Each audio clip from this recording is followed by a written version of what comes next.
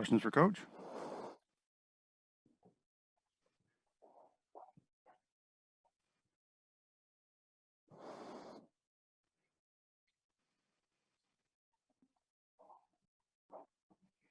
You guys, Robin Chickler obviously really punished them on the offensive glass tonight.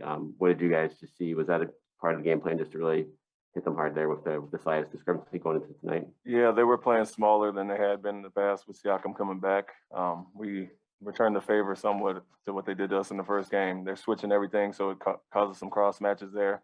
And when we had isolations or penetration of the basket, we really told our bigs to attack the glass, make them pay. And that's the first part of keeping them out in transition, make them focus on boxing us out on the defensive glass, and it could slow down in transition as well.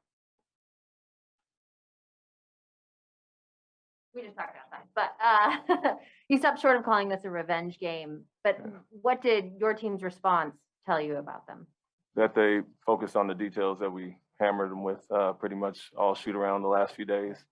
The areas they really hurt us with, I talked about offensive rebounds, 21 for 23 second chance points last time, and they only had 6 tonight, including 2 in the second half. So we showed the clips at halftime of the areas they hurt us on the glass, and we did a better job there. Transition-wise, 18 is still a high number, but other than the 11 points in the third quarter, we really did a good job making them score in the half court. So they're the number 1 transition team, number 1 offensive rebound team, but 25th in half court. So we wanted to make them, beat us in the half court in isolations and 30th in assists. So we focused on those areas and took care of them tonight. Couple Zoom questions, Coach. First one from Keith Smith.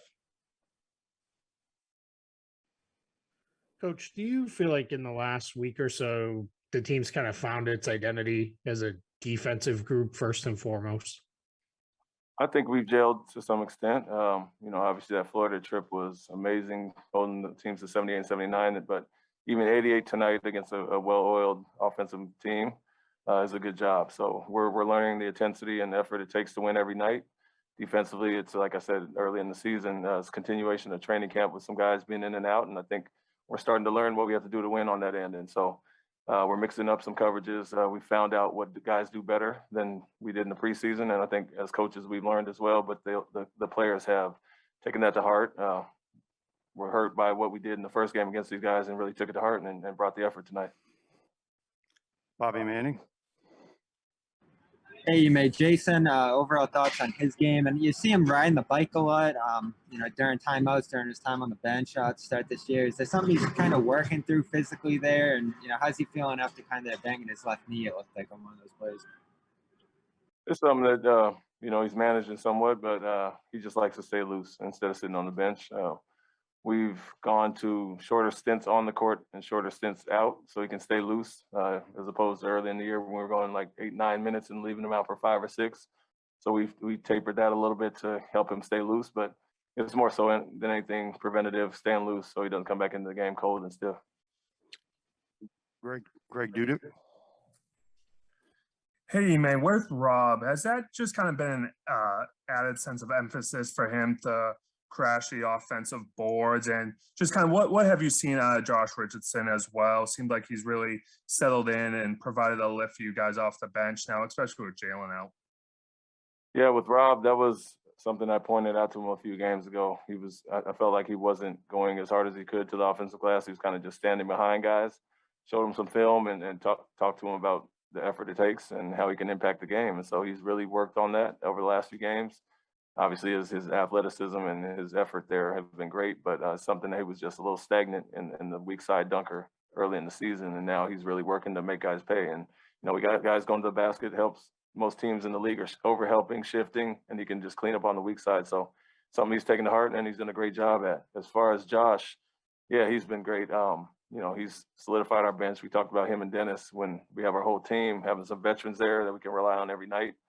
Jalen's been out, so he's had more opportunity with that. But in general, that's who we knew we had coming in, veteran presence off the bench. We got Romeo and Aaron, Grant, Peyton, some younger guys, but we know what we have in Jay, Rich, and Dennis. And so when we do get the whole group back, I think this will just help us overall. The carryover will be good, but we need him to be consistent, bringing that energy, effort, offensively, defensively every night. Coach, in the third quarter, you had that lapse there. I mean, you survived it. You only lost 4 points off your lead, but there were a lot of transition buckets. do you think that was just a letdown based off of the big first half lead? What mistakes did you see that were made there? And as a second part of that question, you've been able over the past decent stretch of play to answer when you get hit. How does that, I guess, how does that make you feel to see the team kind of responding to those types of things? Yeah, that third quarter, we talked about 11 of our 18 transition points, and a lot was a result of our turnovers.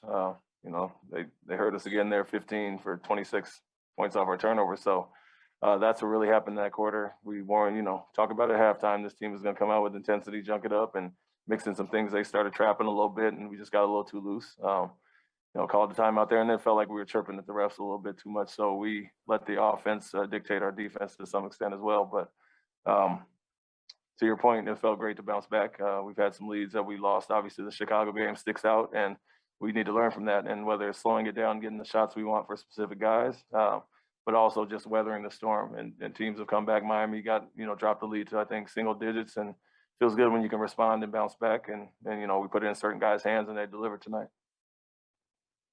Not a great shooting night for Jason, but how was he able to impact the game in, I mean, almost every other phase? Yeah, well, he had, you know, 10 rebounds at halftime. So he was in there crashing, 12 for the game. And then the assist 7, you know, he was moving the ball. And so to your point, didn't have the best shooting night, but he knows how they're going to guard him. He knows the attention he draws every night. And our big point of emphasis was them over helping and shifting and gambling on him. And as you saw in the first half, he was really getting into the paint and kicking out for wide open shots, whether they made them or missed. And so he's doing what we ask.